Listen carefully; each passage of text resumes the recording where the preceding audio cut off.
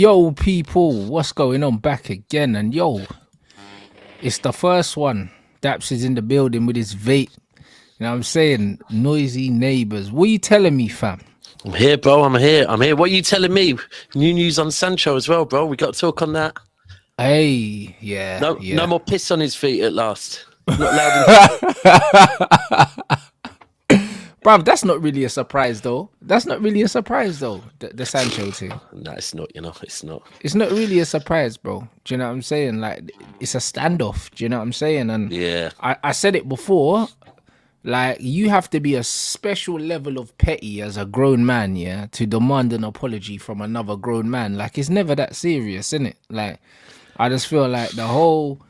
Not at work. Not when you're getting paid, bro. but it's weird, though. Like, do you know what I mean? It's weird because, you know what it is, yeah? As a grown man, it's kind of like... I don't see the whole teacher... the head teacher, like your student, like we're not at school, innit? Like we're actually not at school. Like both of you men are at work. Like that's just what it is. And it's like, as an adult, yeah, and just how I see life in general, yeah. Like if you're a manager of a team, yeah, you're working with the players to win games. Like that's what I see. You're working with the players. Do you know what I mean? The best managers in football understand that you're only as good as the players that are there. And you hear Pep all the time. Pep's always out here championing his players. Always. Every time I say, oh, how can you do this? He goes, yeah, because I've got good players. He always says it. You never see Pep walking around saying, I'm him. I'm the guy. He always shouts at his players. He never shuts up about Messi. He's always talking about his players because he understands he has to work with his players to be the best him. Yeah. This whole, like, it's about me, it's not about the players thing, bro. Like, that ain't working these days. I'll be real. I've had fallings out with people at work here. I've never, ever had to go in there and apologise to no one. You just keep it moving. It's work, innit? but did you know what I mean? But that's what I don't understand, bro. You keep it moving. We both agree, yeah, to disagree. We're like, you know what? We don't get on, but we've got a job to do. Let's just keep it moving. Do you know what I'm saying? That's it. And you know what? The thing is, it must be that. It must be on that level, the fact that they didn't even pick up the phone and call each other in the first place. Yeah. So they're clearly not bedrooms or nothing. They just work together. So you just keep it moving. It's mad. But this is what I'm trying to say. This is what I mean. Man said, raise your hand to go toilet and that. It's that. You know what I want to do? Like, it's literally that. Man saying it's work. He's getting paid. If your boss says apologize, you need to apologize. Hell no. Because he's still getting paid now. So what do you mean? But here's the thing. If he doesn't apologize, this is where it's all mad. If you don't apologise to someone at work, you ain't getting taken like to HR or nothing. It's just like, all right, well, they don't get on. As long as you're getting on with your work, you're getting on with your work. That's it. I don't know, man. Power trip. But that's exactly what it is. It's a power trip, bro. Yeah. And it's just the thing is, yeah, like you can have an ego. There's a healthy ego, and then there's being so egotistical, yeah, that it's gonna be your downfall, innit? And this, he has to apologize to me nonsense, yeah, bro. That's not healthy, innit? That is not healthy because a man with that kind of behavior is not the kind of man that would admit when he was wrong anyway. You know, like that. Because he could well be in the wrong and he'll never admit it anyway. And guys like that, nah, it's crazy, bro. There's no humility there. For me as well, yeah, this is a thing where I feel they are at the moment. Man United are, yeah. Like Ten Hag has not been reading the room right, yeah, and he's you can see the pressure. Like the first one was obviously after you'd lost to Arsenal, where he comes out and he said what he said about Sancho. You know what? Cool pressure and all of that, yeah. But then the next one was, I think, the week after, where he came out and started speaking about, well, Brighton spend a lot of money. It's like, nah, you're not reading the room, bro. And all these things with all the pressure that is on United at the moment. This is just putting more pressure on. The media's just here waiting for any news to come out of Man United that's negative. And here's another one. Like, the Mirror on it, fish fingers at home for Sancho. It is what it is.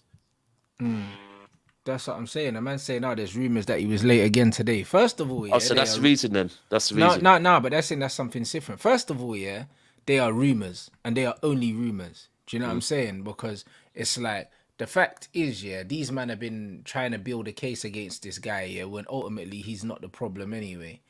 He might be a problem, but he's not the problem, innit? Do you know what I'm saying? And he's not. Then So, and even if he was late again today, who cares, bruv? Do you know what I'm saying? He's not training with the team. You know what I'm saying? He's been banned from, I bro. just If realised you he's ban, late to train with the youngest. bruv, like, bro, he's not even allowed, bruv. He's not even allowed in the dressing room, yeah. Like while they're in there, he has to train by himself. He's not, bruv. I wouldn't come on time. What am I coming on time Hold for? hold on. He's not allowed in the canteen now, yeah. So he was late because he was probably getting food at home, innit? Bro, do you see what I'm trying to say? Like, it don't make no sense, bruv. You can't tell me, yeah, that I can't train you. I can't even be in the dressing room with the under 18s because I'm not allowed to talk to no one. I have to be by myself. Look, he's been look at that. Man said he's been banned from all first team facilities, including the dining room. Yep, that's what I'm saying. Bro, what kind of nonsense is that, bro? Like, that's a standoff if I've ever seen one. If I'm Sancho, I look like a sucker if I apologize now. Yeah. Do you know what I'm saying? I look like a sucker, bro, if I apologize now. Because it's like, hold on, you're banning me from the canteen, bruv. Because I'm not bruv, what? Bruv, I was here before you. You know them ones there, like, you deep it, bro. When I agreed to come to this football club, bruv, you were a figment of this club's imagination, bro. I've been here longer than you. You're going to ban me from the canteen. The one thing I'd say about this is mad to come from the Glazers because that means they're going to lose out on money because you can't buy nothing from the canteen. So, they're not putting money first for once. Bro, it's weird, bro. Do you know what I mean? It's actually weird. This brother's in solitary confinement like he killed someone, bruv. Like that. Like, Coach, that's crazy. I'm sorry. I don't know, yeah. I don't know how you could ban a man from the canteen and all these things. It's like, bro, do you think he's not in a group chat with these men laughing at this manager? Because he is. And that's the issue at the moment. That's what he'll be making. Yeah. That's what he'll be making in the background. There'll be little clicks falling out and whatever, but it's what it is, man. And this is it, 100%, my G. See, as a manager, you see when you make big decisions like that, you have to be winning. The only way, players buy into you making big decisions is when you're winning and you're playing good football. You know what I'm saying? And we're doing neither of those. Do you know what I mean? People talk about Arteta getting rid of Aubameyang and stuff like that. It was okay for him to do that because Arsenal are playing decent football. And also, like, it's just one of them things where that you could tell the atmosphere at Arsenal was different. And also, you could tell that they bought into what the manager was doing. Yeah. I've never got the impression at this club that the players have bought into what the manager's doing. I've never got that impression. And more than ever, when I'm seeing players walking around, not tracking back, like arguing, throwing their hands up in the air, all these other things. Bro, like, this club's more disjointed than it's ever been. It was more United under Ollie. Rants, all I say, and like Chelsea are the same at the moment, yeah, it's the direction from the top. If the direction from the top is not correct, then the club is in meltdown. I think that's the same at Chelsea at the moment, that no one knows what's going on there as well. There's no direction, because with Arteta, like you said, from the beginning, you knew what it was. He said, no one at this club's pulling in the same direction. I'm here to change that, right? That's not been the message from Ten Hag. No, that has not been. It hasn't been about that. Yeah, like, I don't know, man. I think Ten Hag. I rate Ten Hag as a manager. I think United getting rid of Ten Hag as a manager wouldn't be the right thing, because I think ultimately it's deeper than that. It's a lot deeper than that. I think he's a good manager, but he's not helping himself. He's not reading the room, and he's making he's putting the pressure on the club at the moment. He is. 100%. And this is it. A forced apology is public humiliation. That's exactly what it is. And the public humiliation started when you mentioned my man's name in a press conference after a game that he didn't play in, that you didn't need to do. Do you know what I'm saying? And this is this is the problem. Like, this wouldn't be the first time, a manager could have easily lied, bro. Bruv, Celtic Ferguson kicked a boot in David Beckham's face and bust his face open, blood. You know, like that. And as far as we knew, they were cool, blood. David Beckham said he never spoke to the brother again. You know them ones there. Like, and he went to work and he weren't chatting to man. And he was still picking him. He was still playing. They weren't talking, bruv. You know, like that. So all this thing, like, you have to apologize to the manager. He didn't get an apology from the manager. Yeah. Do you know what I'm saying? And he still went to work and he done his job, bro. Like, do you know what I mean? And he physically kicked the boot in man's face. So this whole thing where you have to apologize to the manager, bruv, what? Like, what is that? Do you know what I'm saying? That don't even make no sense, bro. What was he apologising for anyway? apologizing for, bro. Apparently, he's apologizing for defending himself when my man mentioned his name. So has Ten Hag got to apologise for mentioning his name as well then? But do you see what I'm trying to say? Like, the manager's not going to apologise for petty, drawing him out in public, but then you got to apologise to him. Bro, you can't publicly humiliate me, yeah, and then expect me not to defend myself, and then on top of that, you then want an apology from me, bruv. Do you know what I'm saying? That's crazy, bro. Like, in real life, like, forget football, forget who you support, yeah? No grown man is telling me to apologise to them. Because I'm not doing that. If anything, I might...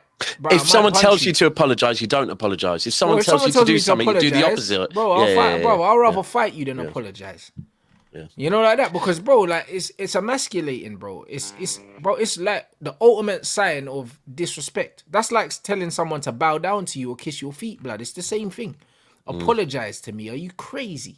Do you think it's him, or do you think the Glazers telling him that he's got to do that? Ain't the Glazers. No. Do you think the Glazers want to pay Sancho 300k a week to not play football? Yeah, good point. They can't be happy with this. Do you know what I mean? But they're just letting the manager do whatever because they're getting rid of the club anyway. They don't really care. There's no way the club are telling Ten Hag don't play Sancho, because the reason why that doesn't make sense also is if clubs know that Man United aren't playing Sancho and they know that they want to get rid of him, that means his value goes down. So it hurts the club. The owner of the club would not like this. This doesn't make sense. Yeah, you're right, You're right. It doesn't make sense. You're right. Do you know what I'm saying? So, like, none of this makes sense, from the hierarchy standpoint, because you're devaluing a good player, bro. So, he's been linked to Barcelona. He's been linked with potentially going back to Dortmund, whatever. The fact that we spent 70 million on him, we're not going to get that 70 million back. So, what we're doing is hurting his transfer value, as well as the fact that we're not winning games as well, bro. Like, there's no positives coming from this. So, when people are saying, oh, yeah, but Ten Hag, that he has to make a statement and that, he's losing games, blood. He's losing. He's not proving Sancho wrong. I just think the biggest thing is with the other stuff with, the, what's his name? The Anthony stuff and everything else. It's just at the moment, take the spotlight off the club. Like all these things coming out, and there must be leaks at the club as well, by the way. Well, and I don't mean the roof as well, by the way, or the toilets. There must be leaks for the way everything's coming out. There must be leaks because it's just constant, man. Absolute shit show. But I'm here for it. I'm here for it still. No, 100%. It's interesting to see how the Sancho thing plays out, bro. I think Sancho ends up staying at the club and the manager ends up leaving before him. I'll be very surprised if that's not the case. There's been stuff with Man United coming out saying, Ten Hag's job's not in danger and he's part of the new look Man United. I don't believe that for a second, blood. You know what I'm saying? I remember Van Gaal, they backed him and then they sacked the Brer found out he got sacked when he was on the pitch when we were lifting the FA Cup. Man United are only loyal to Man United. Oh, we had the similar one with Mancini, but we didn't lift it. Wigan lifted it. So honestly, like, I don't think the manager wins this war. I think that too many players look like they've checked out under this manager. And I don't know how he can survive this. Like, the only way he can survive this is if we go on a run and start winning games. And I can't see that happening at the moment. Nah, man. I think the other thing is that he hasn't stuck to his philosophy. Like, the one thing with Ten Hag that I rated at the start of last season in the interviews after the game, straight after the game, was he was clearly like, he came across like Pep. He wanted to talk about football and philosophy and all of that. That was where I rated him. Whereas this season, like, it doesn't look like there's a philosophy there. I get you've got injuries. You have got injuries, and that's a valid point. But I don't know. It's just a shit show, and he's adding pressure on top. And you're right. The Glazers aren't going to like that pressure. But I don't think getting rid of him would be the right move, because I don't know where you go with that. Bro, I'll be real. Yeah, I don't think it matters where we go with that at the moment. I don't think it matters, for the simple fact that it's like, it's always going to be a numbers game in football. Do you know what I mean? If the majority are not happy, you always have to please the majority, because what you're going to give this manager with his track record of signings, are you going to give this manager another 500 million to replace the whole squad with what? Even when you look at the names that we've been linked to, it's like he clearly does not have what it takes to build a side to challenge for the title. Because look at the names we're being linked with. We're not even being linked with competent names. Even if he had even if he had like a blank checkbook, we're getting linked with some dead ballers, bro. Yes. You know what I mean? Do you know what I mean? So it's like, even if he gave him what he wants, the teams that of the players that he wants doesn't challenge. Nah. You're so far from challenging right now, Bro. Man, we're getting linked with. what was it? El Ghazi. El Ghazi. Man got linked with Goretzka. Man got linked with what's that French midfielder, bro? Rabiot. We were getting linked with some real bums, bro. The maddest thing is, in your last we two bought games, Mason Mount, bro. Yeah, in your last two games, I think last game, probably one of your better players was Johnny Evans, and the game before that, one of your better players was flipping Reguilon. Yep. Regular Don. Bruv, Reggie, bro. He's been balling out, bro. He's been showing us what we've missed with Luke Shaw for so long. Do you know what I mean? And this is exactly what I'm trying to say, bro. Like, the guys that we've been linked with, yeah.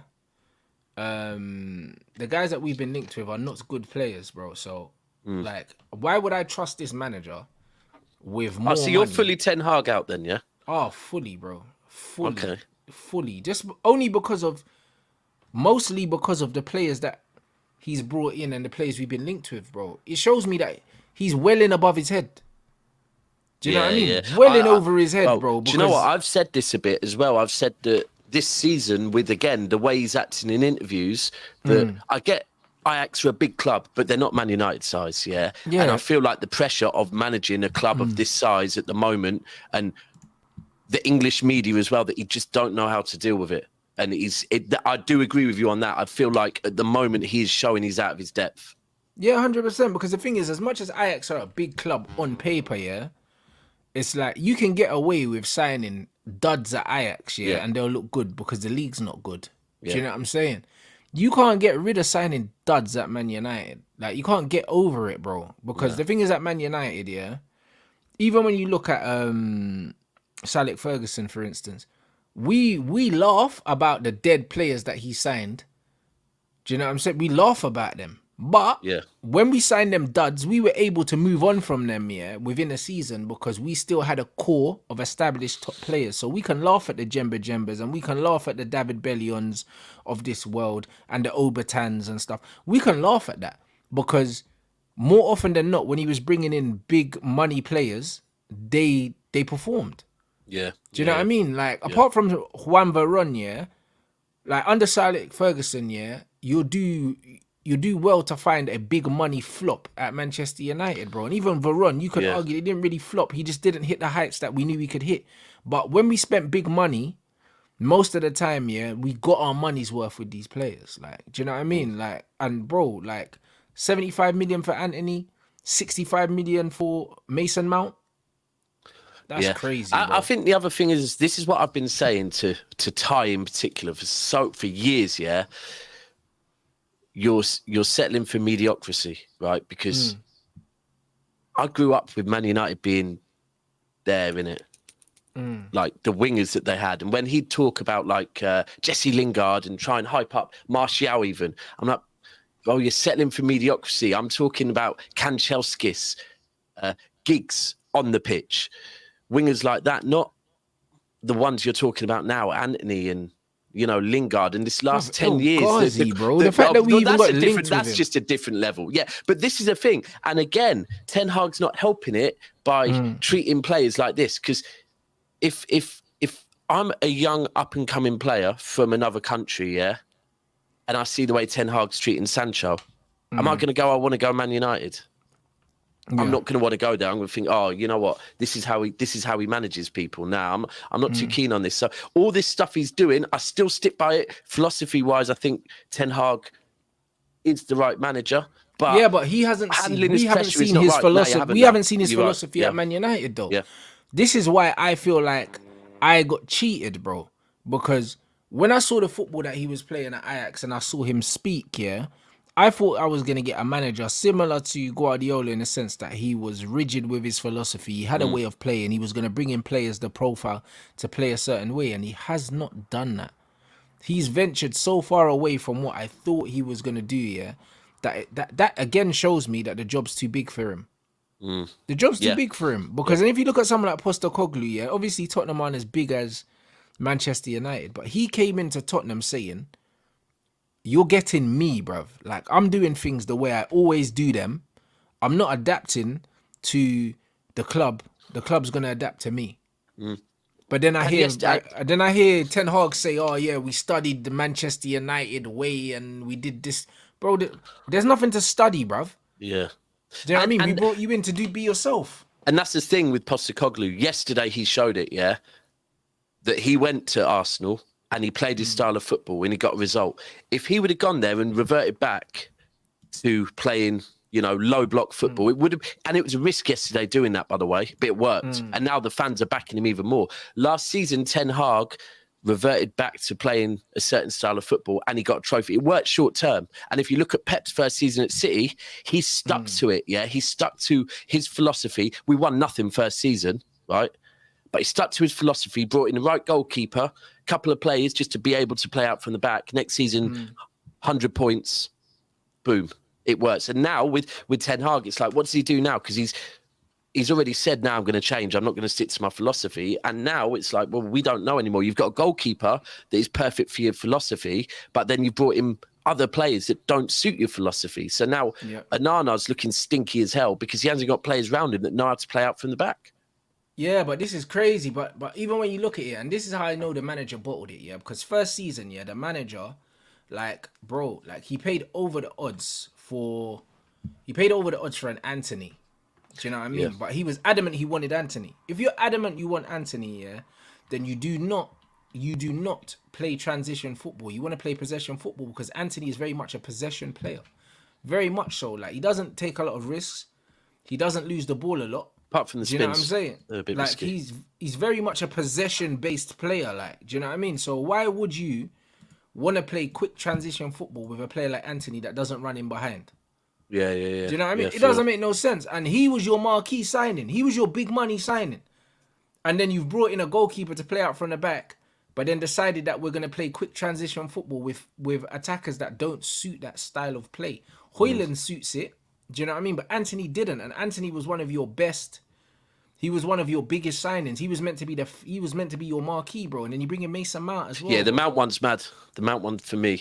The amount he paid for Mount, and in hindsight, looking at what your budget looked like this summer, to spend that much on Mount is like, I don't get that. Because that money could have gone elsewhere. And you've just gone and brought in a worse Bruno, to be frank with you. Like, you've brought in a Bruno without the GA. Bruno. That's it. I wouldn't even say he's worse than Bruno. Oh, no, because Bruno's got GA. This guy hasn't got that. Like, the thing is, he don't have GA, but he's more versatile than Bruno. Like, Mount could legit play on the left or the right and give you way more than Bruno, innit? He's better on the ball, but he don't score goals. He don't score goals. He don't score goals, innit? And the thing is, this United team, you need goals. Yeah, 100%. Like, whatever people say about Bruno, bro. Oh, but Bruno does bring the GA. That's one thing. But technically, he doesn't really, though. Like, when you actually look, like, his first season for Man United is propping him up so much. Like, where his GA has plummeted compared to his first season. It's not even comparable. Oh, yeah, his first season was mad. But I always say that there's certain things when you, like Enzo, there's certain things that players have to do, right? And from Bruno gets the GA, he's ticked a box. It's like, that will always save him. Whereas with Mount, with Mount, again, he hasn't got time. You can't have what Mount is about. That's not what United need right now. Yeah. Right now, we never needed him. Nah. You know, like that. Like, and bro, like, we went back to Mason Mount with multiple offers to get this guy over the line. The manager actually really wanted him, bro. Do you know what I mean? And how is that not frightening, bro? Like, how is that not frightening? Like, that's actually crazy. Like, we went back with multiple offers for this guy, bro. And the guy looked like, the bro was bare happy to see him. It's like, how can you be happy to see Mason Mount, bro? Chelsea fans, the guy came through at Chelsea and they didn't even want him like that, bro. They weren't even prepared to fight for him to stay. Yeah. I must admit, I thought he was going to land better than have. I said on both of them, you know what? Let's see the managers, what their plans are with them. But I don't know with Mount. It's another one. I'll be honest, Rance. I'm just here. I'm here for it. I'm here for it. The Of downfall of course, Man you're United is gonna, beautiful, bruv. bro. It's Nah, beautiful. it is. Of course, you guys are gonna love it. Do you know what I mean? And then on the flip side, City are just silently just skating away with the Premier League title. You know, like that. It's one of them ones where you beat Arsenal in the next game, bruv. And bruv, I can't lie, title could be wrapped up by Christmas, bruv. The way you man are moving. Do you know what I mean? Because it's like But you're silently just beating teams, yeah. And when you watch City, you can tell that they still haven't really got out of first gear, bruv. no. The thing is, I was saying to Steve the other day, yeah, we're going to keep our feet on Arsenal's necks till Christmas, take their soul by Christmas, and if Liverpool is still knocking about trying it, well, then we'll deal with them. But Arsenal are not it this season neither. 4 points dropped. 4 points dropped at the Fortress already. Bro, you know what it is, yeah, with the Arsenal thing. You know what's killing me? There was a quote that come out today from their manager, and he said something like the second goal hurt them emotionally or something like that. Did you see the quote? Nah, Like, but that sounds like them, innit? Who says that, bruv? Like, who says that? Man said emotionally, like, bruv, what? Do you know what I mean? Like, Rants. who actually says that, bro? Rants, you know what? Yeah, last season Yeah. they just showed their colours. Like, I didn't even realise how much of bottle jobs they are. Like, I swear they're like 4 of the 5 biggest bottle jobs in Premier League history is Arsenal, right? Yeah, it is. And then last season they got Zinchenko, they got Jesus from us, who I rate both of them, yeah. But from those two were the two leading the speeches and the huddles and everything. And I'm like, but they're not even the mentality guys from our club. You've just gone and got them, and they're leading it. And when you saw Zinchenko crying on that bench when they fucked up, it's like, yeah, we know what you're about. And even in the summer, you look at the players they've bought, then you look at the players we've bought, yeah, the mentality. They got Rice, which I salute them for that. Rice and the mentality, yeah. But we've gone and brought in Vardio, who's just a mentality monster. You can look at him and know what he's about. Yeah, right? he's a no nutter. one's talking about Vardio at the moment, yeah, by the way. But my man, second half against Forest at the weekend when we were down to 10 men, machine. No one speaks on it because it's just, that's how it should be. Kovacic has come in, landed. Doku come in, balling out the place. Even Nunes, like, gets what he has to do. And Arsenal are just here, bro. This is how I describe Arsenal. They're just an a loud adolescent teenager, yeah, whose balls have not dropped. Like, they've got nothing in them. No, nothing. How are they talking about hurt them? And but then the funniest thing is their fans are the ones that want to tell me every game last season, yeah, you ain't getting nothing here, telling me they were going to come to the Emirates and to the Etihad and do anything. Now they're saying when we go there, they're celebrating that RODRI is not there. I want to go there without RODRI and KDB and just show them, like, Show them, yeah. Just and I want Rice. Them, I want their whole lot back as well, full team. No, 100%, bro. I think bruv, they're saying, oh yeah, like, City don't have RODRI, bro. Neither did Tottenham, and Tottenham dealt with them. Bro, you know, like that, like, bro. Exactly. City are gonna do a number on them. I can't even lie. Arsenal are fragile, bro. The fact that your manager's saying the second goal affected the team emotionally, bro. There's no emotions, bro. It's business. It's strictly business when you go out there on that football pitch. Like, emotion shouldn't come into it. Do you think Man City players are thinking about emotion when they step out on the pitch? They're going out and doing a job on you. You have to be ruthless. You have to be ice cold, bruv.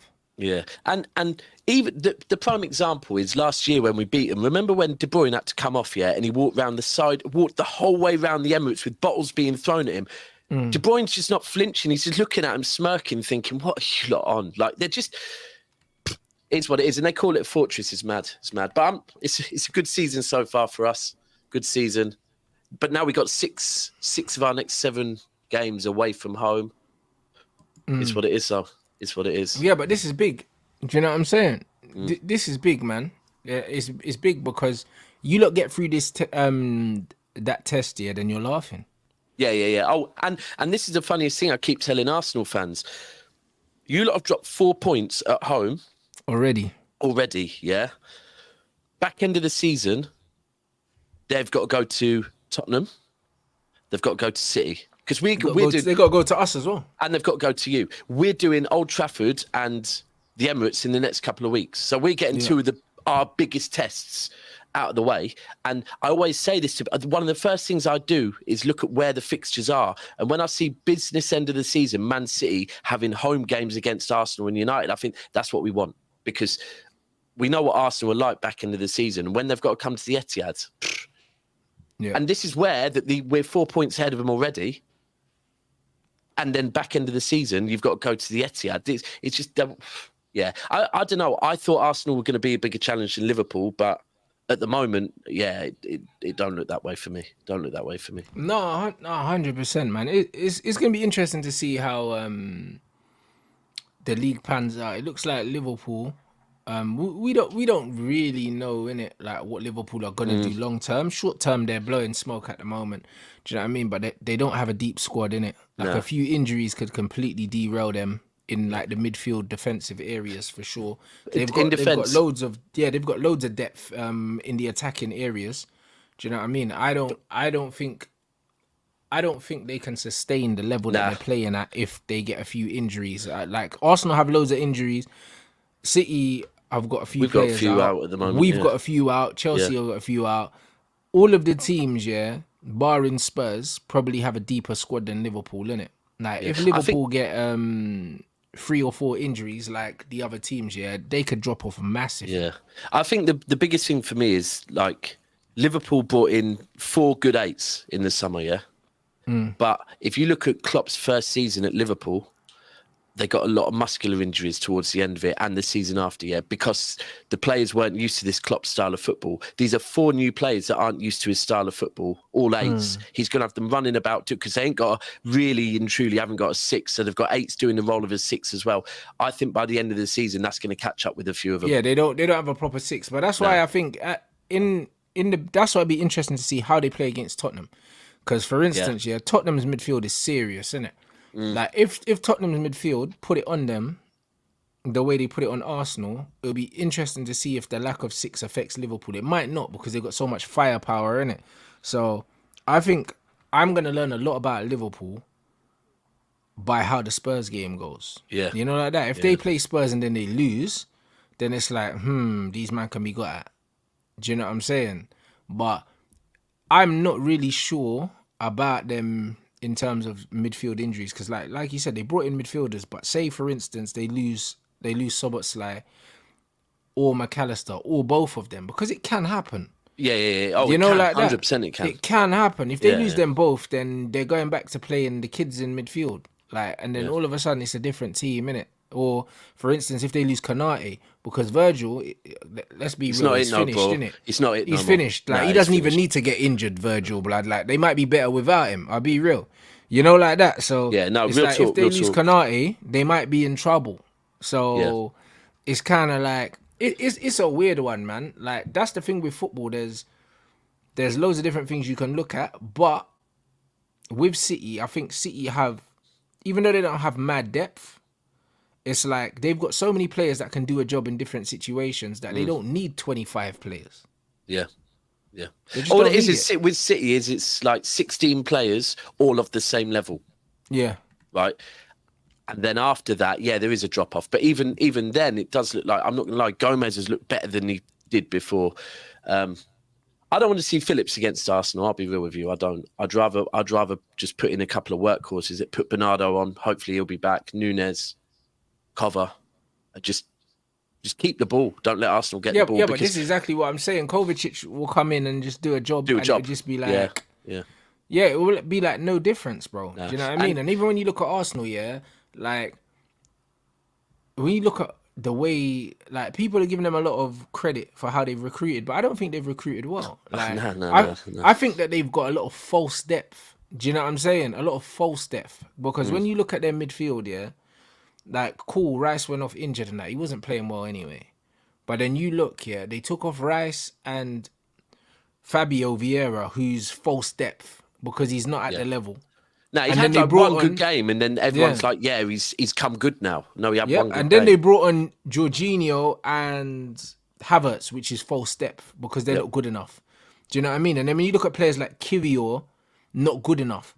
Like, it's not real depth. Like, Tomiyasu can do a job, but he ain't that good, innit? Like, like Arsenal got loads of false depth. Yeah. Like, they've got players there, but they're not, like, they're fringe players. Even when you look at El Neni, I'd argue that El Neni's probably, El Neni's better than Kai Havertz in midfield. He is, bruv.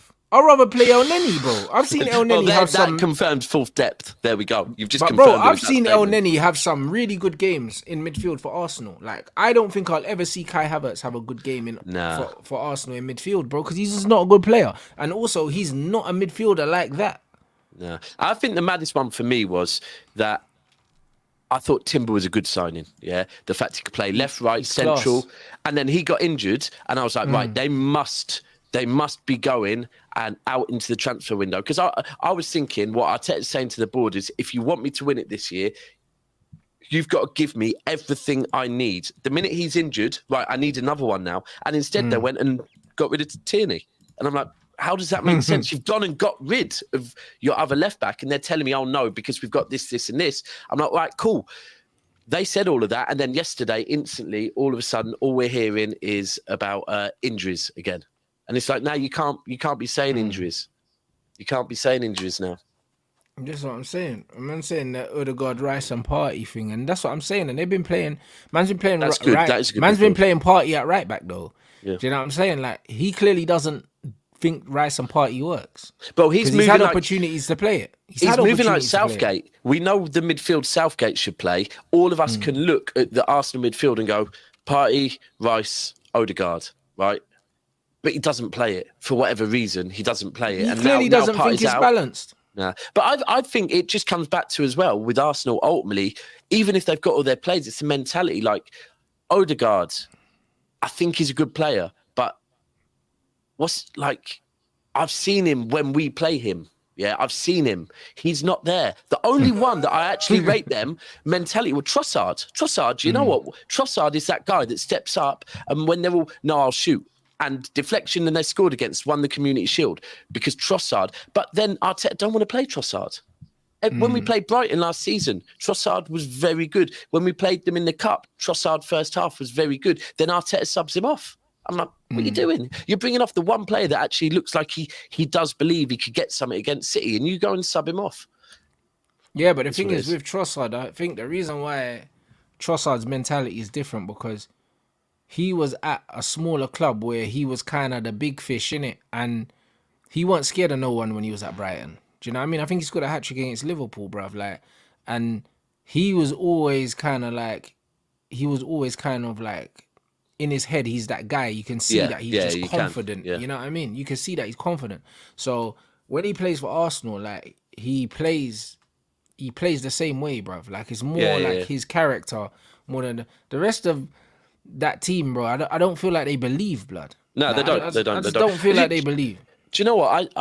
I was saying this to Arsenal fans last season. Like, I can look in your eyes and I know that you don't believe. Like, you don't believe. You're telling me you do, but you don't believe. Like, I go home and away to City games. I can tell you last season in the Champions League, we all believed from the Leipzig away game, marching to the ground. I was like, we believe we're doing something mad this year. And at that point, we had really bad form, lost to Tottenham and that. And then all of a sudden, you could just feel it in the fan base. Then you'd be around the Arsenal fans. You're like, you lot are talking and blowing a lot of smoke, but you don't believe it. You know what your team is about. And look, and the fact that Arteta puts more trust in his dog than he does Trossard just sums it up. Bro, they had a team picture with the dog in. Bro, they had a team picture with the dog and the Community Shield in it. No, I didn't know that, bro. Bro, Steve posted it. He's been getting death threats off of Arsenal fans all week. Absolute tools. But this is exactly why I say, Arsenal ain't got the mentality, and Arteta, as good a coach as he is, he ain't a winner, bro. Like, he's not a winner, fam. Neither his dog. bruv, the fact that he came out and he said the second goal hurt the team emotionally, bro. Like, bro, why are we talking about emotions, bruv? Yeah. Like, it's football, cuz. Do you know what I'm saying? We went to get a couple of my mates to pick up tickets before the semi-final in Madrid from the City Hotel off of Cole Palmer, because there was his boys, When we got there, RODRI was sat downstairs with a coffee and a newspaper, legs crossed, just reading the newspaper. That's the difference. Whereas them man are all, doing everything they have to do and probably pumping their chests in the mirror and trying to get themselves to believe. It's different. It's very different. Nah. City are well, bruv. City are just different, bruv. I can't even lie. Like the mentality's crazy, Mm.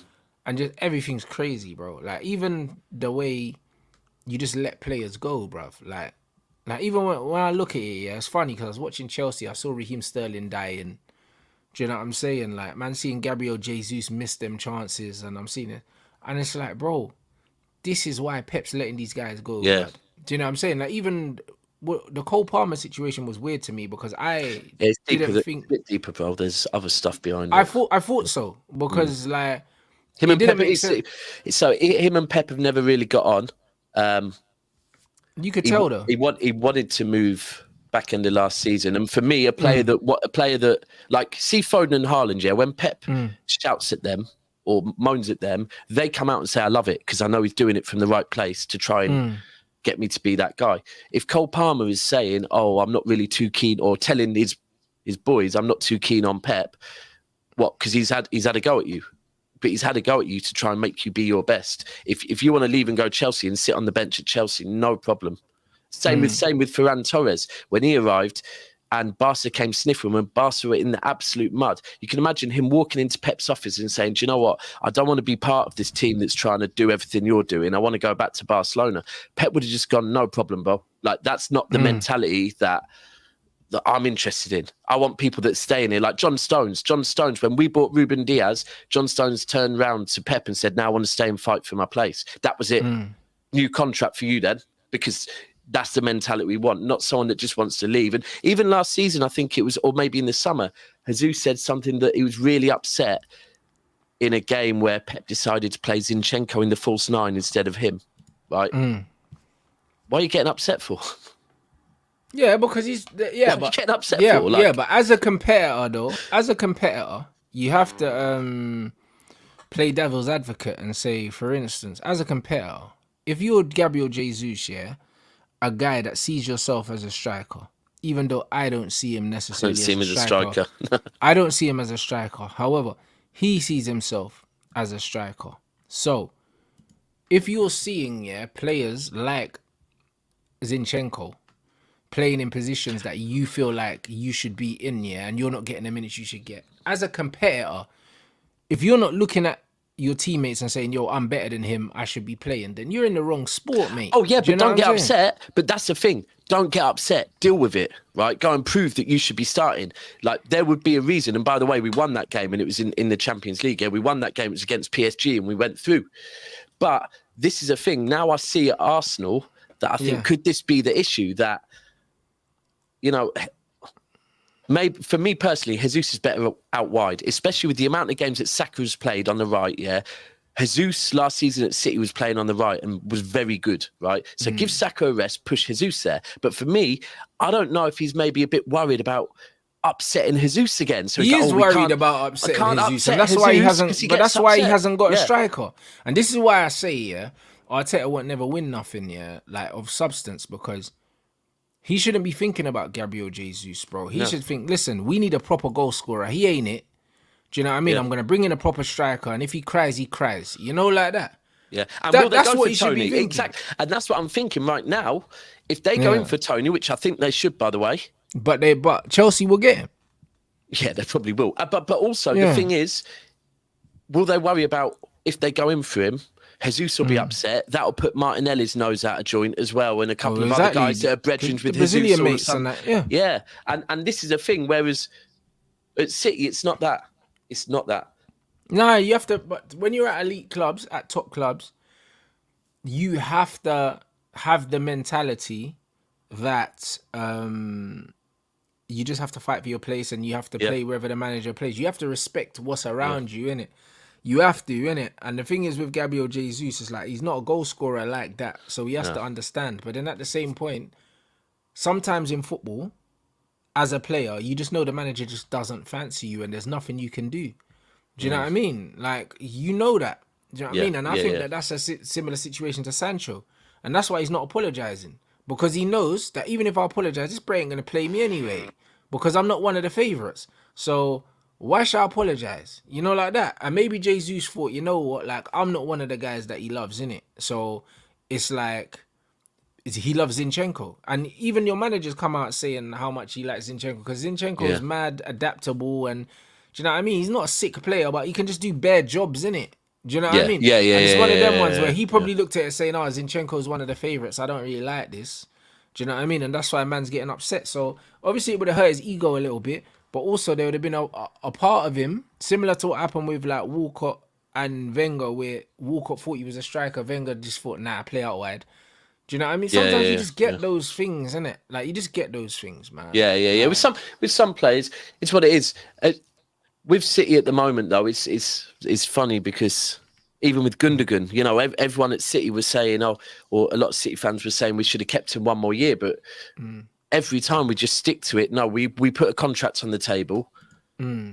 This is what we're offering you. If you don't want it, then it's probably time. And I think at the moment we've managed this perfectly, because I said if we would have lost Gundogan and Bernardo Silva in the same summer, it would have been long. Yeah, it would have been long. Our two eights pretty much going. We let Gundogan go, kept Bernardo Silva, gave him. I think it'll probably come out that contract extension, it probably has got a release clause in it, but he probably also is being paid a bit more. And City said, stay for one more year, we'll let you go.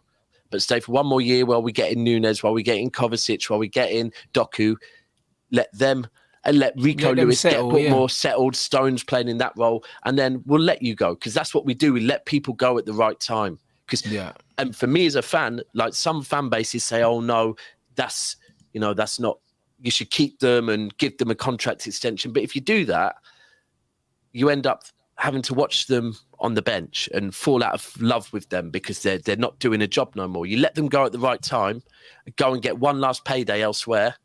And that's why City, the only player that I think that has gone, David Silva is the only player I would say that after leaving City after 8 to 10 years has gone on and even played at any sort of level. Bro, it just doesn't happen, man. It doesn't happen. That was like prime Arsenal, under Wenger, Every player that left them, it was like they would go. I think at one point, Haleb, Song went Barcelona. Few players. Even Henry wasn't the same Henry at Barcelona. And he said that it was because of Pep and Pep just overcoached him and it just didn't suit him, innit? Even though he went there, it was like, at that point, Arsenal were playing such good football. It was like, bro, if you leave Arsenal, it ain't guaranteed. I'm not talking about leaving Arsenal to go City and win trophies. I'm talking about before that. Do you know what I mean? It's just like guys weren't leaving. Like the grass wasn't greener, bruv. No, like no. Going Barcelona. And that's the thing. You can go through it. You can say from Zabaleta, Vinny, Yaya, David Silva, Aguero. The only one, the mad one, and this is the one that we didn't let leave, the one that left by himself, that you could say actually went on and did more, would be James Milner. And he left on a free. That wasn't our decision. He left on a free because Pep. Pellegrini, no, was it Pellegrini or Pep? Well, whoever it was wasn't promising him first team football, so it's what it is, man. That's what I mean. It's a mad one, bruv. Do you know what I mean? But your manager he gets it right most of the time, innit? And that's just what it is. So that's why I think that when it comes to your recruitment and everything that you do, like it's hard to question that.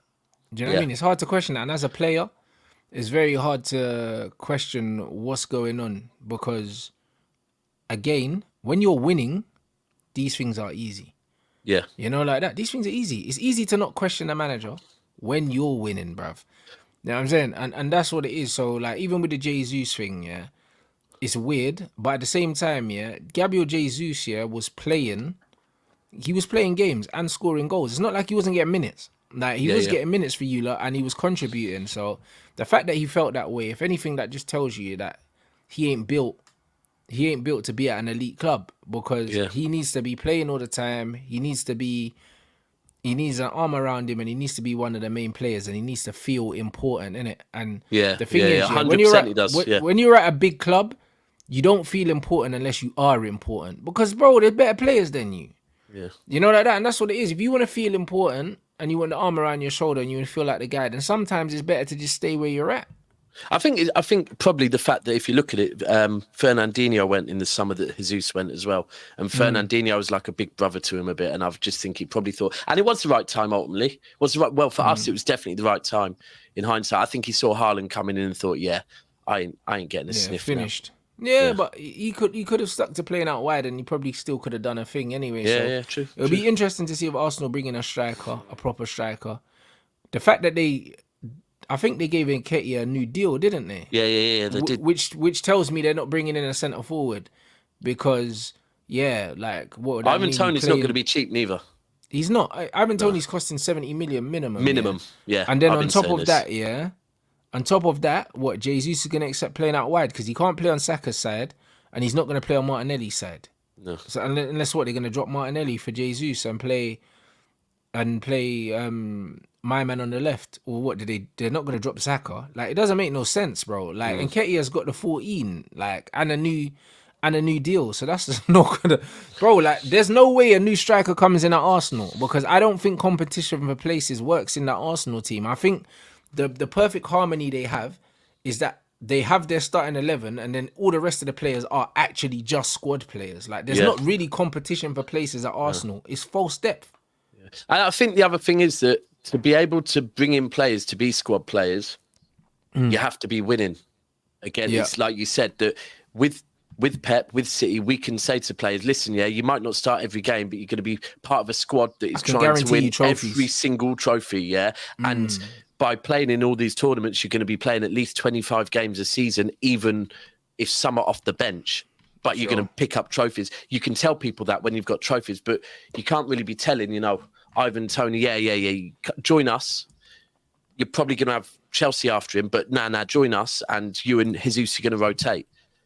Ivan Toney's not on that, not at the moment. And Ivan Toney, in his mind, believes he's the best striker in the Premier League, bro. Like, he's not going to go sit on a bench for no one.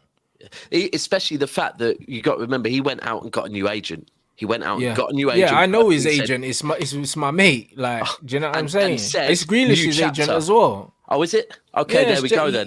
He's Jack's agent. You know what I'm saying? So I know his agent, bruv. Like, so literally, he just signed with him a few weeks ago. And it's clever because, up until I think he's back available around December, in it, yeah. So up until then, it's going to be the build up to the transfer window. He's got a new agent that's going to be pushing him. Certain clubs are going to need to buy a striker in January. And I just think, you said 70 million, but the way I see it is that if you're in for him, which you might, if Højlund lands, you might not, but you might be in for him. Chelsea might be in for him, probably will be in for him. Spurs might be in for him. Arsenal in for him. Every player that's in for him, that's probably going to put an extra 5 to 10 million on it. And then all of a sudden, and when Chelsea's there, there'll be competition for his signature for sure. Big wages, and then all of a sudden, the minute it gets to that point, that's where the hyenas that are Chelsea will just end up like blowing everyone out the water and dropping another 100 million. Yeah, that's not actually a bad. That's not a bad thought. Yeah, that's true. That could end up being a bidding war because there's a big shortage of top level strikers, let alone even in the Premier League. When you look at the top goal scorers in the Premier League right now, that you're looking at players like Mbuemo and that, bro. On the list, like there's not a big list of players out there that are scoring goals, to the point where Tony goes for cheap. He doesn't go cheap, and then also they need Jackson. Chelsea need to replace Jackson up front. So Chelsea are desperate, bro. And a desperate Chelsea is a dangerous Chelsea, bro. For real. City. City have got. Sorry, not City. My bad. Haaland, since he's landed at City, has got more goals than the whole Chelsea team. Jesus. He's got 44, and I think Chelsea got 43. You see what I mean? So. Yeah, Chelsea gonna go out there. That's just Premier League as well, by the way. That's just so Chelsea gonna break the bank, man. Do you know what I mean? Chelsea gonna break the bank, and Isak cost 70 million, and that was last season. Yeah. So January transfer window is not an easy one for strikers. So Ivan Toney's gonna cost probably closer to 90, you would think. So, no, that's gonna be mad. That's gonna be actually crazy, bruv. And he will go in January, I think, as well. I think he will go. I think the fact that he said new chapter. He's not going to come back, get out. Well, sorry, I'm acting like he's gone to prison, or get out the ban and then go. Get out the ban and then go, yeah. I'll stay at Brentford. He's not going to do that. He's looking to make a move straight away. And to be fair, Brentford, maybe at the moment, they're getting used to playing football without him. And Mbuemo's doing all right for them. Yeah, I think they're slightly planning for life without him. You can see it. Do you know what I mean? So it'll be interesting. Have City got any players coming back from injury for the next game? So who we got? We got Wolves away. Grealish. So Grealish is back from injury. He ain't been injured. He ain't been injured. We just cover it well. We don't. Our manager don't come out screaming and shouting about. My man went to Creamfields. That's what he did. but that's what I'm saying, bro. Listen, like, but he manages Jack well, though. Yeah. You know what I mean? To be fair, he manages all of his players well. Yeah. Do you know what I mean? He manages all of his players well because Man City players in general, like no matter what they do, Pep always backs them. Yeah. Like, he always backs them. And we do our due diligence. Like even Doku, yeah.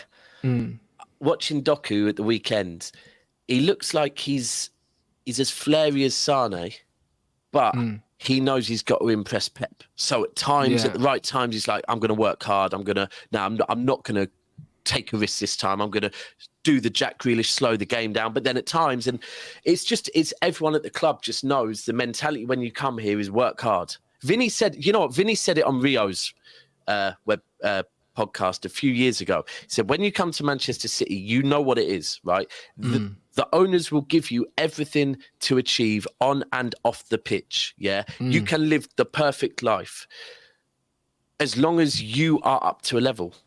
If you're not up to the level, and this goes back to how we started talking about the Sancho Ten Hag thing. If you're not up to the level, it's not personal. There's no issues, but it's time for you to move on. And we'll bring someone else in that is up to the levels. And that's just how it is. You come in, you work hard, and you win trophies. Yeah, 100%. And Dominic, this goes to what I said at the top of the show with the Sancho situation, because Gabby Ogbonlahor put out something along the lines of, the headmaster, do you know what I mean, he's going a bit far, isn't he? Like banning him from X, Y, Z. And this, exactly, Pep managing players like Phil Jackson. And this is how you manage players. You have to understand, when you're a manager, you work with players. Like you don't, like players don't work for you. Like they don't work for you. You both work for the club. Yeah. Like it's a collaboration. Like as a player, my manager, like I don't work for my manager. I work for the club. Do you know what? And the manager works for the club. Do you know what happened with Foden and Pep a few years ago, where Foden had a free kick and I think Pep had given him some instructions and Foden didn't follow him. Pep shouted at him on the pitch. At the end of the game, Foden waited outside the dressing room, not on the pitch, waited outside the dressing room when Pep got there. G-checked him, innit? He said to him, you would not speak to anyone else like that. And I do think Pep sometimes with Foden's like, he's that one younger that he's raised him like a dad, innit? So he's like, I'll put extra pressure on you.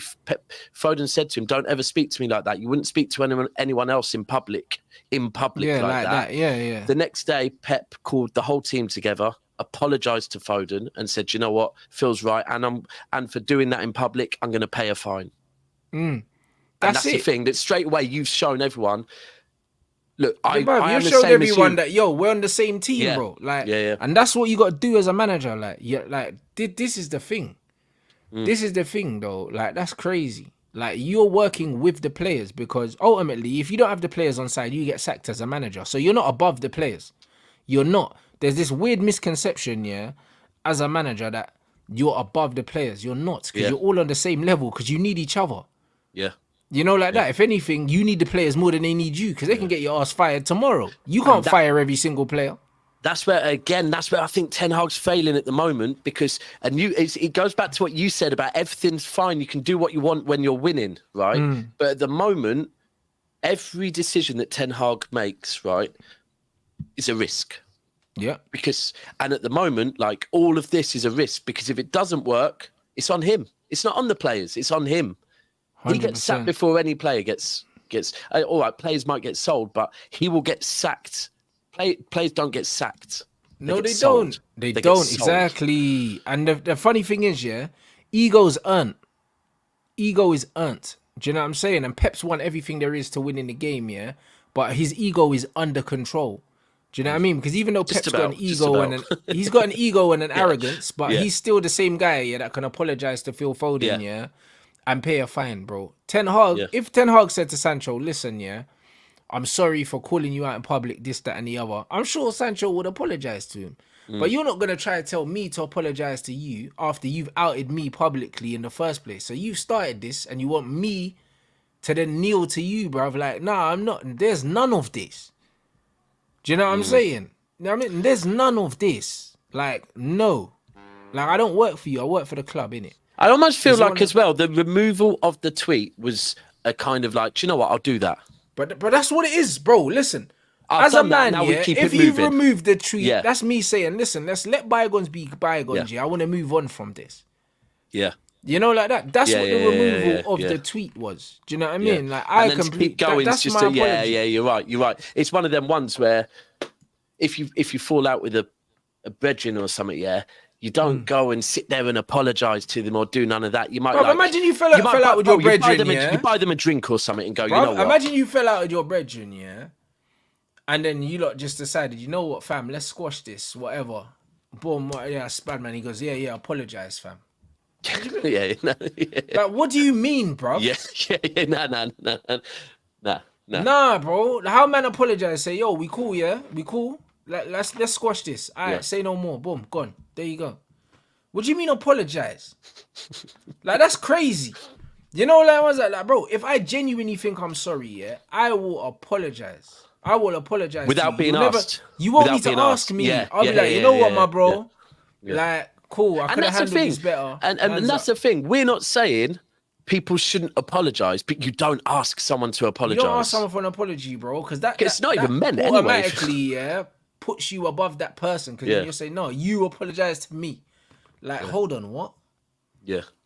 That's crazy. And if you do apologise, you're ultimately, because if you do apologise because you've been asked, you don't mean it, which ultimately means, well, I'm bowing down to you and I'm just saying what you want. That's it. I'm going, you're the boss, I've apologised. But you don't. A man apologises. A man doesn't be asked to apologise. Yeah, that's and crazy. Still do it. Yeah, no, that's what I mean, because then you're flexing. Yeah. You know, like that. You're flexing on me.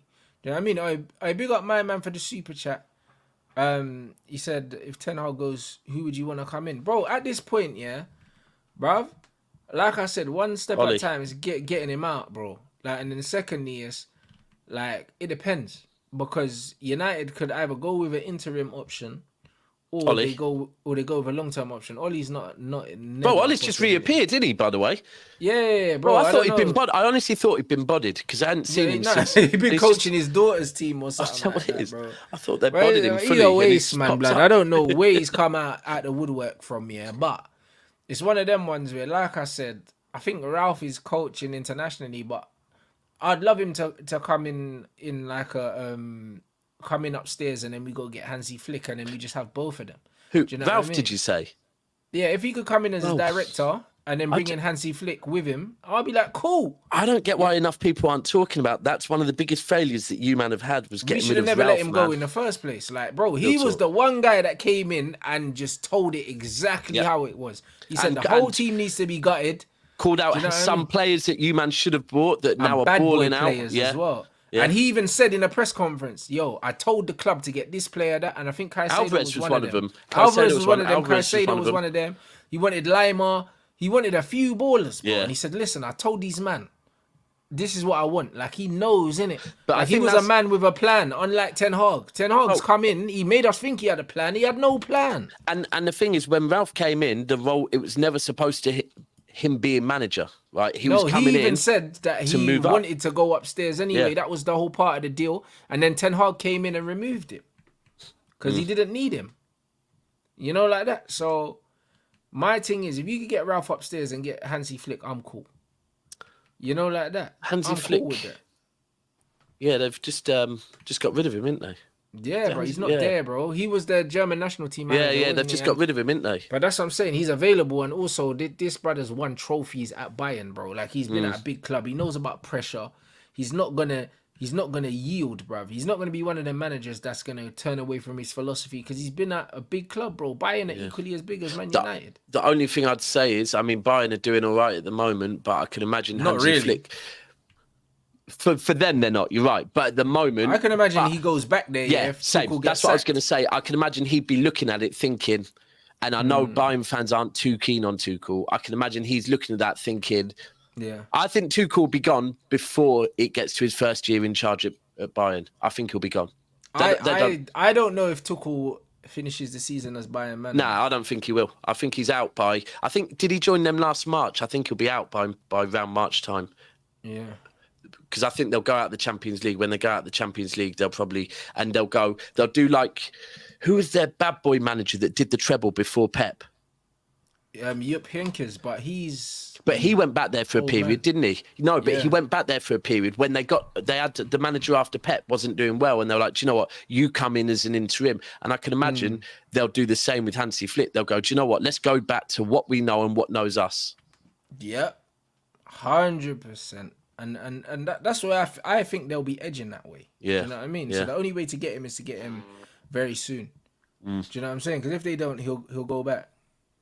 I don't think Ralph would come as well because of the treatment last time. Unless you got new owners, then maybe he would. But I think under the Glazers, he'd be like, nah, not after the way it went last time.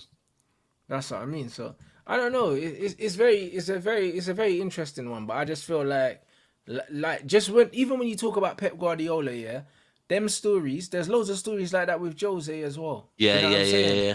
Like these guys, like it's no mistake, yeah. Why these guys have the success they have is because they know how to manage the people as well as the player. Do you know what I mean? And the fact that Foden G-checked Pep, yeah, that also tells you that Foden felt comfortable enough, yeah, to approach Pep like that. If Pep's personality was like Ten Hag's, where it was, I'm the school teacher, I'm in charge, don't answer me back, put your hands up when you want to speak. If that was the aura, he would have never thought, yeah, that as a kid like that ain't really established himself as a first team player could speak to the manager like that. Yeah. Do you know what I mean? The fact that he had the confidence to go up to Pep and say, yo, I didn't like that. That tells you that it tells you 100% that feel comfortable. Feel comfortable to approach him and say things. Do you know what I'm saying? And that's what it is. So that's the management style that breeds success. When managers show players that, yo, I'm out here with you.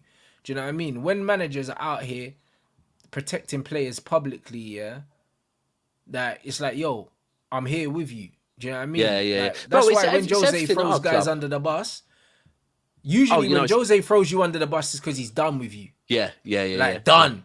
Yeah. Done. You know them ones, like when he literally, because there was a thing that was it, who's it? Zaniolo or something like that at Roma where man was just like, yo, basically just said, yo, this youth's playing for the other team and that he does things like that. Yeah. He does. With Luke Shaw, bruv, he was like, listen, it's my brain and his body. This guy don't know what he's doing. Like, Jose wasn't having Luke Shaw. Yeah. Do you know what I'm saying? He wasn't having him. Do you know what I mean? But you could tell he was at the end of his tether with Luke Shaw, innit? And there was a few players. And if you look at last season, it was after the Tottenham game where we won 4-2. I think we were 2-0 down and won 4-2. It was in February, right? And after the game, Pep came out. Our first half performance was really, really bad. Really bad, yeah. Man, a traitor. He called him a traitor, bruv, in a press conference. Yeah, bro. I remember that now. Man said he's playing for the other team. So that man's a traitor, bruv. But that was February. Pep came out and called out a load of senior players, right? Called them out, said, that second half performance was great, but a lot of these players need to look in the mirror and work out, if they want to put in performances like that. Otherwise, I'm going to have to, keep rotating, bringing these youngers in. Now, Pep can do that. And none of the players, do you know how the players reacted? We went on something like an 18 game up. Well, we went and did the treble. That's how they reacted, yeah? Mm-hmm. He can do that because there's a way of doing it. He didn't name any individual player. He just said there's some players that need to look at themselves in the mirror today because they gave us great second half performance. But I haven't seen that over the weeks. So, maybe I do need to bring in these younger players and maybe I need to look at refreshing sooner than I thought. Next minute, treble one, because he called him out and he can do that. And it's everything at the club. At the weekend, Edison, City's kit man, came running around the pitch. I'm thinking, what the hell's he doing? He's been sent by Pep to run round and call Edison and tell Edison, give Edison instructions, yeah? The kit man can talk to Edison like that, no problem. Because everyone's cool. Everyone knows their role. Like, it's harmonious. That's what I'm saying. Meanwhile, Sancho's banned from the water fountain. That's what I mean. Bro, he's not allowed in the under-18s changing room while there's players in there. He's not allowed to talk to any of the players at the training ground. Like, do you know how childish that is, he's going to be messaging him slyly. Bruv, listen, bruv, I'm telling you, Rashford's in the changing room texting man, laughing. Like, Yeah. Real talk. Like, bruv, what, you still locked out in that? Yeah, hey, mad. You know, like that, bro. Like, bro, they're bantering him 100%. Them man are laughing about this right now. This is the whole dictatorship thing. Don't work in football, bro. Like, do you know what I mean? In modern football, it don't Maguire will work. snitch. Maguire will probably snitch on a minute. Bro, 100%. These players are 100% bitching about this approach from the manager because man's not allowed to use the canteen, bro. Like, he's still an employee of the club. If he wants to come in, yeah, if he wants to come in, use the gym, go to the canteen to get food and do his own training, he should still be allowed to do that. The fact that you're telling man he can't use the canteen is wild. You know, the one's texting Sanch like, "Oh, do you want me to bring you a sandwich, fam?" You know, like that. Like, bro, what? Sancho's waiting in the car park. Yeah, I'll bring you a sandwich, G. I'll bring you a sandwich. He's having to park. What? He's having to park up the road and. Bro, this is crazy. Man can't use the car park. You know. Nah, it's foolishness. Do you know what I mean? Like, bro, that's beyond petty, bro. Like, I wouldn't apologize to a man that's doing that. And like, bro, when's the last time you won a game?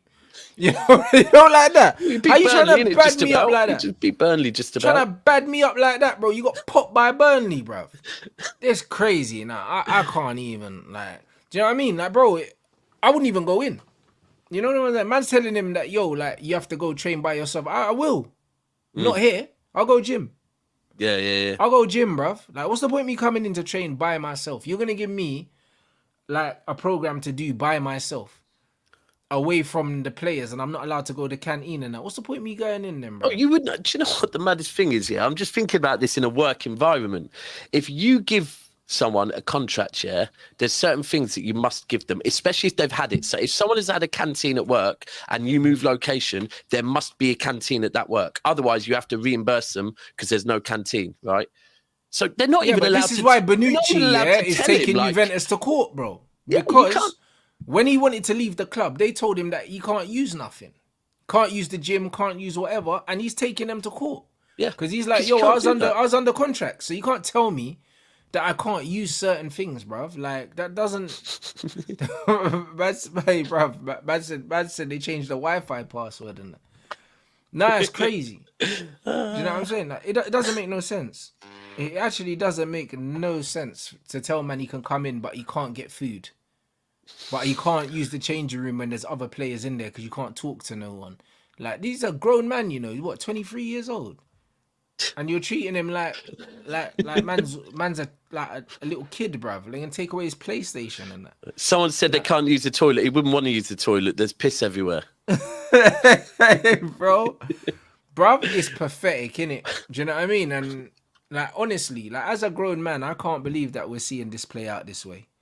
Do you know what I mean? And this is why I feel like the manager can't survive, because if this is how he's setting precedent, yeah, like, this ain't gonna go down well. Who you got next? Our next game? Who's our next game? No, we've got two games against Crystal Palace. Palace, both at home though, right? Palace in the league and then Palace in the cup. Palace Cup tomorrow. Both at home, yeah. So I think you win them.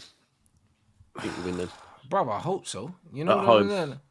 Yeah, but I hope so. But you just never know, bro. Like, you know what I mean? You just never know with Crystal Palace, bro. You know what I mean? Sometimes they're good, sometimes they're not. And it very much just depends. I haven't watched any of them this season. So I haven't watched them once, yeah. I haven't. Big Roy. Yeah. Come in and do the job. I don't know, bro. Like, I think that we're not winning both of those games. So I think we're gonna lose one of them. I can't really. Carabao. You might want to go out the Carabao, to be fair. Or do you want to hold on, that's what you won last year, isn't it? Yeah. Yeah. Oh, you got to defend that one, Jesus. Bro, I just don't know. I really just don't know. I don't know what's gonna go on with that. I don't know. They're saying Mason Mount and Harry Maguire are in contention to start the League Cup game as well. So I don't even know what kind of team we're gonna put out, bro. Like, I really don't know, man. With Man United, it's just a wait and see situation. Yeah. Cass, who I live with, just keeps going on about this Maino guy. Aye, Kobe's good, man. Yeah, he won't stop going on about him. He's good. He's good. I wouldn't go crazy about him because I don't want to put pressure on him because he's young. Like, he's only 18, but he's a top player, bruv. He's a top player, or he will be. Do you know what I mean? He's one of the best talents to come out of our academy, and there's not many, like that. So Like, boy, since Mason, it's him, bruv. Do you know what I mean? And then probably Shea Lacey as well, bruv. But United will kill that guy as well. You know what I mean? So it's one of them ones we'll really have to see, bruv. But I don't trust United to do anything at the moment. I don't trust them to do anything. We Like, got I you in a could see few us weeks losing one of them games. Yeah, don't remind me, bruv. You know that? Don't remind me. That could be a bloodbath, honestly. after the international break in it as well. So we'd probably have a few more players back by then as well. Yeah, that's what I mean, bro. It's good, bruv. It's that. Oh, mate. Like, I don't even want to think about it. I honestly don't even want to think about that. Club's a joke. Club's a joke. Like, even the fact that like Man United let Darren Fletcher take his youths out of City's academy and bring them back to Man United. It's like, bruv, like, why do we want Fletcher's kids, bruv? Yeah. And Fletcher, you know what? That's a bit of a loser mentality from him as well. I'm not going to lie. Yeah, because it's like, what, you brought them somewhere where they're not going to be as good, bruv. Like, our under 21s have done a treble, or under 18s have done a four-peat. I'd probably keep my kids there, you know. Yeah, but that's anyway, what I'm saying, because he's a loser. Based in the canteen now, at least. So. But that's what I'm saying. So man's a loser, bro. Like, the whole thing is just nonsense. You know, like that. So, yeah, I don't know. This club's doomed, innit? Like, all I can hope is that, do you know what I mean, we get a full cultural reset like what you lot got with the new owners. It was a complete reset. Yeah. That's all we can hope for, because as things stand here, the direction that we're going in is only going to get worse. I hear it. Do you know what? I think Chelsea might be in a worse place than you lot, though, you know? You know the reason why I don't think Chelsea are in a worse place is because the owner's heart is in the right place, isn't it? Like, the owner wants to be the best. So I feel like he'll keep trying things until he gets it right. Like, our current owners, our current owners have no interest in being the best or being better. Do you know what I'm saying? Like, they're just all about the bottom line and making money. Yeah. So, because of that, I believe, that if Todd believes that he can make the team better by getting rid of the manager, he'll do it. Do you know what I mean? If he thinks he can make the team better by bringing in a better director of football, he'll do it. Because ultimately, he wants to win. I don't see anything from Manchester United that shows me that they want to win. And that's why I think Chelsea are in a better situation, because the current Man United owners, it's not in the interest of the team. No. They know what they're doing, bro. Yeah, they know what they're doing. They're literally, look, they're still, even in the worst times, they're still making so much money that they've got no reason. They're businessmen. They've got no reason to leave. No reason whatsoever to leave. The only thing I feel with Chelsea is that where Chelsea are in a rut is that their fan base, like, they're not willing to wait. And that's where Todd Bowley or someone at Chelsea just needs to get across to that fan base. Give it time. Yeah, give it. Chelsea fans are spoiled, innit? Yeah, they're the worst, fans bro. are spoiled, bro. Yeah, they are. Do you know what I mean? Like, the funny thing is with Chelsea fans, Chelsea haven't even been that good for that long. You know, like that. Well, they haven't, and they forget that they were crap. Listen, yeah. They actually forget. I will take it. I've had this conversation with Matisse on a show one time, I will take it from Man United fans saying, oh, City haven't been that good for that long. As long as they be clear and don't say we haven't got history, because we've won a European Cup before, we've won leagues before, so don't do this no history. But yes, we get it. We're a small club, no problem. Compared to big Man United, same with Liverpool, we get it, the Champions Leagues. When Chelsea fans say to me about one, spending money, or two, can you hear me still? Yeah, yeah. No, you just went mute. Yeah, or two. The second thing is they say is, but before money, you had nothing. Before Chelsea got bought in 2003, I believe. Yeah, they'd won 7 major trophies. Right before we got bought, we had won 11, right? So that tells you how small Chelsea are. Like they really were. The only thing Chelsea got going for them is that they're in London, innit? Their location is a prestigious location, but like, don't get it twisted. Like, we're not, bruv, your manager, your captain was Dennis Wise, bro. He's a scrub. That bro couldn't even get England caps. You know, like that. So it's just one of them things, where like Chelsea fans need to realize, like, I grew up, you were crap. And I ain't even been alive that long. You know, like that. In the grand scheme of life, I ain't been here that long. And I remember when you were crap. So for you to have the entitlement that you have is crazy.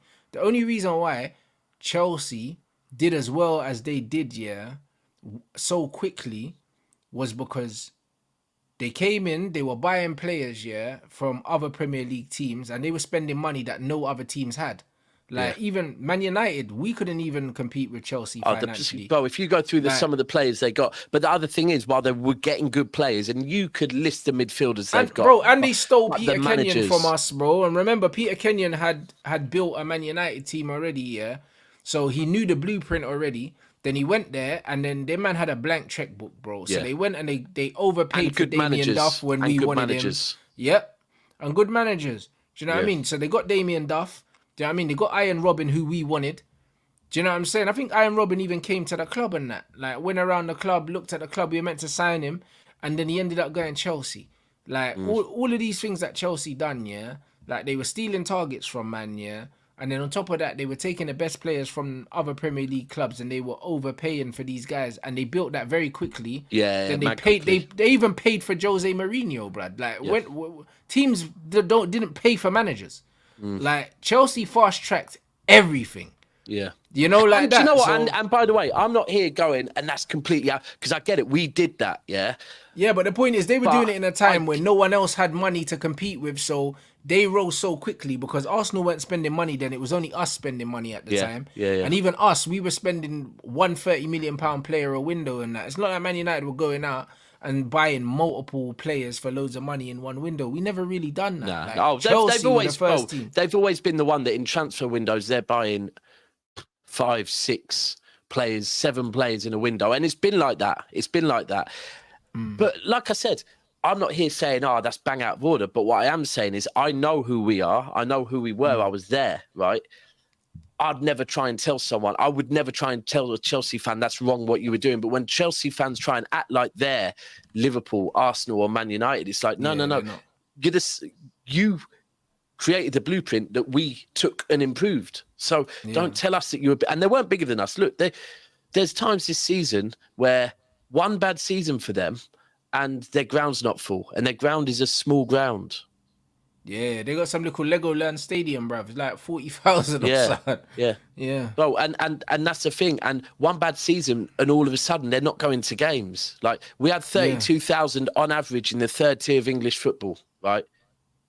So, like, people can say all this stuff, and that's up north. They're in London. Like you said, they're in West London. That's tourist attraction, right? And they're still, at times, not selling that out. It's mad. Yeah, bruv, you ain't lying. It's true though. One bad season, and all of a sudden, man, them look at Tottenham Stadium. Yeah, Tottenham are not filling that stadium based solely on Tottenham, like, fans. Yeah, there are tourists there. Same with West Ham Stadium. They are not filling that. Chelsea have a stadium probably about 20,000 less than both of them stadiums. I think it's around 40,000 capacity or something. Yeah, Chelsea don't have 50,000, bro. I think they're smaller than the Stadium of Light. Oh, there we go. They're smaller than Sunderland, bro. And again, I'm not. By the way, and I'm not knocking people. I think, as well. What it is when Chelsea fans talk the way they talk. Sometimes I'm like, hold on a minute, remember who you are. Remember who you are. Like, you can't say, City buying everything. We're a little club. We're a bigger club than you. We were a bigger club than Chelsea. We did a cup and European Cup double in the 60s. We did 3 years on the bounce, winning trophies in the 60s. Chelsea didn't do that. But this is what I'm saying. So when you actually look at it, it's like, they're mad entitled, and I'm not completely sure why, innit? So it's a bit of a mad one. The Champions League, bro. The Champions League did it. They need a little bit more patience, innit? My chest got bigger when I won that, bro. I'm not going to lie. My chest got bigger when we won that Champions League. No, you're right. But you know what it is, is they started different to you guys. Because remember, they started with Jose Mourinho, blood. You know, like that? Yeah. Jose. And then the Drogbas in his prime as well, by the way. Whereas you lot was more humble beginnings. It was Mark Hughes. It was... Do you know what I mean? Having to buy players like Wilfred Boney and all these other guys, and you built it up, bro. Like, had the Rice for sale and that. Them man don't know about having those players and bringing in the Gareth Barrys. Remember, we had the owner before, and we had the owner before That was the Thai brother shape. or something. Yeah. That came in and said, "I've got all this dough," and then actually found out. Bro, I'm that telling he was you, money laundering and that. Yeah. The only thing he did, yeah, and I honestly believe this, right?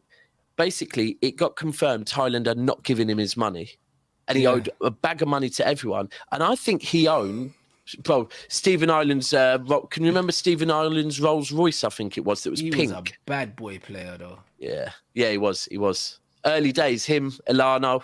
Bro, Rocky, Santa Cruz, all these guys, yeah, at the beginning, yeah, like Man Santa City, Cruz was minging. They done bro, it. They done it. He was the cold for humble Blackburn. way. Then we bought him, and he just. Then he died. But injured, bro, like, but the way you done it though, you done it the humble way, trying to build a team. Do you know what I mean? From players that would it, bro. You had Sinclair, bro. You know what I'm saying? Like you Sinclair tried to came to Manchester, got a bird off Coronation Street, and then just dipped with her. I think I don't know if he played more than 10 games for us. But that's what I'm saying. You had him. You had Rodwell. Jack Rodwell. All these kids. You tried to do it the long way. Do you know what I mean? Yeah. Whereas Chelsea kind of just went straight up. Boom. We're going straight to get. Do you know what I mean? The ballers. Do you know what? Whereas you look built up. When you put it that way, that's what Newcastle are doing. It's like people have taken the Chelsea blueprint, and then we changed it, and now Newcastle, and in a way, it's doing it differently. Yeah, and that's what Newcastle are doing as well. Like Newcastle have gone and get the kid from Everton. This comment here, Mr. Skybongs, yeah. Listen, you man have already been found guilty of something, yeah. We have not been found guilty of anything, right? Now you've got a loudmouth American, right, that calls out loopholes, yeah. And by the way, loopholes means you're allowed to do it. Yeah, he's moving like Trump, yeah. And he's here calling out loopholes, right? Being a loudmouth American. Now, whatever you lot want to say about City's owners, I think we would all agree they're shrewd fuckers, yeah? They're very clever businessmen. Like, look at all the clubs we own around the world, right? If you really think, yeah, that we have broke rules and that we're going to get relegated or anything, you're an absolute weapon, yeah? Because, right, if you look at the charges, there's a couple of little idiot ones in there, like the grass being too long, right? if the police came through my front door looking for bodies, straps, and drugs and found a spliff in an ashtray, then they would still not have to pay for my door, yeah? And they'd say he's guilty, right? And to everyone else, he's guilty because of one thing. I guarantee you all that happens is City get a slap on the wrist for having grass that was too long, yeah? Because there will all of this stuff. We did it to UEFA. We didn't give the evidence in public. We said, no, we don't have to give you evidence. Where is your warrant? Right? Take us to court and we'll pull your pants down in public, pause, and expose you to everyone. And it's the same thing now. We will expose. And I think, do you know what? Being truthful, I think City have got something in their back pocket, which is something on every single club and the Premier League. And if everything else fails, they'll just slap that on and go, all right, because all we keep saying is we want consistency. If you want to 100%. Right? And it'll be, do you know what? If you're not going to be consistent, we'll take down everyone with us. Fuck it. That's it. Like, even when man saying the grass is too long, bruv, get out of here, bruv. Do you know what I mean? Like, what does that even mean, fam? Do you know what I'm saying? Like, just like you got dimensions for football pitches. I remember when we used to play Arsenal, yeah, that Highbury pitch was bare narrow, bruv. It was bare annoying because Man United used to play flying wingers and that, and then we play against Arsenal, and it's like we're playing a five-a-side pitch. That's what it always felt like. Do you know what I'm saying? But, bruv, they didn't get reported. Do you know what I mean? Because it was within the legal width, apparently. But you know what I mean? It's just like, get out of here, man. There was another one, like, apparently we didn't have a section for the interviewing after the game or some mad little rules that they've pulled up. And all that will happen is, I'm not saying City won't be found guilty of some of the stuff, yeah? Because they'll probably agree, do you know what, we'll take them measly ones and we'll give you a little. Yeah, but I'm sure everyone's guilty of something. Because come on. No one's squeaky clean out here. But we're trying to say that all these American-owned clubs are squeaky clean. I don't know many people that are rich, that didn't break some rules once or twice. But you have to. That's what it is. It's because it's the only thing people have now. And when people come on here, by the way, saying 115, all that crap, if you go to games, you will understand. We sing 115 charges. You'll never sing that. We'll sing Mancini. Oh, Mancini, he came from Italy. We paid him secretly. All of it. We laugh at it ourselves. Like all of you that think you're rattling us with this, you're really not. We won a treble, and you're so butthurt that you want to put 115 in the chat. It's boring now. Like it's no, it's true though. It's just like, who cares, bruv? Like literally, everyone's probably doing stuff to kind of bend the rules, innit? Everyone does. Like, everyone's doing it. And if we break down the truth of what football is, yeah, like I've been going to. I was a season ticket holder at Main Road. I've been going football my whole life, right? If we got relegated to the third tier of English football, then I'm going up to Manchester every other weekend, meeting up with my mates, getting pissed and going to the game, right? If we win, we win. If we lose, we lose, yeah?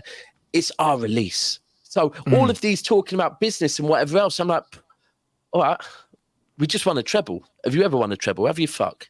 Yeah, that's it. It's that, innit?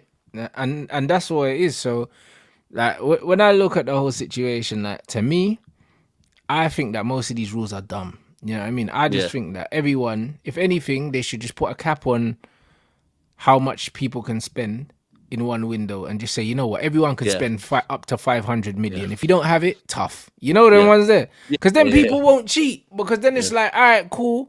We can all spend up to a certain amount. But even the FFP, I don't believe in that. Because the FFP is nonsense. Because it's just like, you can't tell me how to spend my money. No. Like for me, I don't. It doesn't make no sense. It don't make no sense. Like you're telling me that if I don't make a certain amount of money, then I can't spend a certain amount of money. Like, what do you mean, bruv? If I've got it, I'm spending it, bruv. Yeah. Do you know what I mean? Like, that's crazy. And anyone that says salary cap will never happen. Yeah, if you deep, and you just do bonuses anyway and other things. Yeah, bro. You think? Yeah, exactly. Rolexes. Yeah. Hope villas in Abu Dhabi, villas in Dubai, whatever. But the salary cap thing will never happen, yeah? Because every player that's earning over 60 grand, yeah, the government are taking 40% tax on that, yeah? So living in this country, by the way, we don't want no salary cap because that salary cap on players would hit us in the pocket, yeah? Keep paying them whatever you want because, like, if the government stops earning money, it's going to hit us. So yeah, because they're going to take that money from somewhere else. Yeah. Exactly. We don't want no salary cap. Trust me, it's going to make life. But that's what harder. I mean. People forget that footballers pay 50% on everything. Yeah, you know, like that, they forget. So you got to understand, like you said, bro, if they're not paying that money to the government going to get it from somewhere else, and it's going to be from the majority, which is us. Yeah. You know that. So either way, like, bro, that a lot of people they don't equate football to real life. Real life. Yeah. Real life. And that's it. Yeah, exactly. The ticket price for American sports are absurd, bruv. When I saw some of the prices for real for NFL tickets and stuff like that, man, are paying thousands for tickets. Yeah, bro. I've heard, and I was speaking to someone, and they were saying that the money earned by clubs in the Premier League is just nothing compared to the money earned in over in America. It's nothing. It's nothing. Yeah. Do you know what I'm saying? So, that's actually crazy, people. Do you know what I mean? Big up everyone inside. You already know what it is. Smash up the like button. Make sure you subscribe to Never a Foul as well. The link is in the title, people. Make sure you subscribe to that, man. Big up everyone that came through for the first show. 1 second. Where's Dave, blood? I'm gonna find out because guys, I'm doing a giveaway for the new FIFA, innit? EAFC 24. Because I hit 80k, but you have to have a PS5 and you have to be. I think Dave said you have to be located in the UK still. 1 second, let me ring Dave now, blood, to make sure, innit? Because man, I don't wanna promise you lot something that I can't give you, blood. You know them, man. So let me call Dave now and see what the parameters are for the giveaway, blood, and then I'll tell you lot how you can win it, bruv. Yo, Dave, what's the parameters for the giveaway, bruv? What, they have to be UK based and it has to be PS5?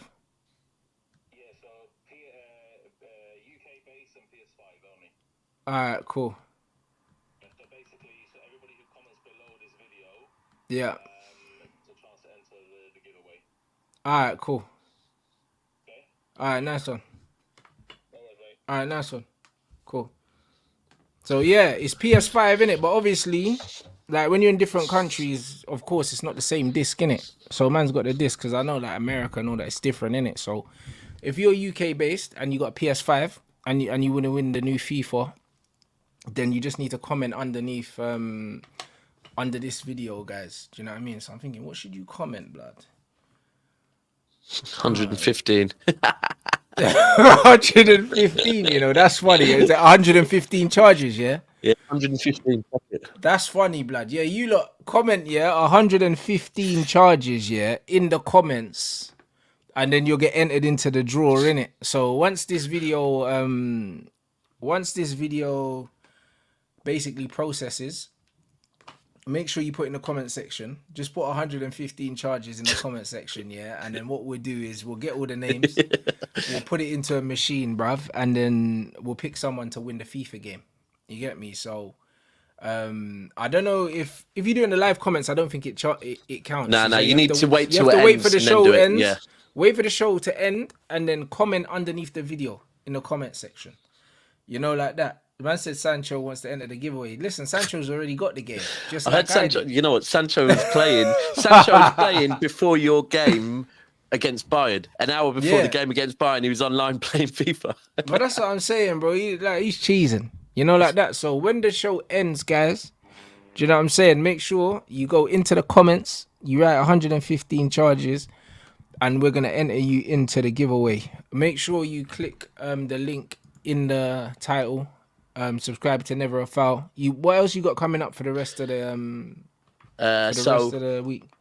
Yeah, so we've got an upload every morning around about 10:30. We have an upload, 15-minute upload, then 2 shows a day, usually, except for when them hogs are on that hog all the airspace. So we avoid Mondays and Thursdays to them hogs. But yeah, but usually we go at like 2:30 and then go at 10 p.m. every night for a debate show. That's people. Usually cooking Arsenal, to be fair. That's it, guys. So, yo, make sure you subscribe. Do you know what I mean? We're back here, and this is the usual slot Monday at 9 o'clock, people. Do you know what I mean? So, big up everyone that tuned in for the first show. Smash the like, guys. And remember, go into the comments. 115 charges. Do you know what I mean? And I'll see you You'll guys. never sing that.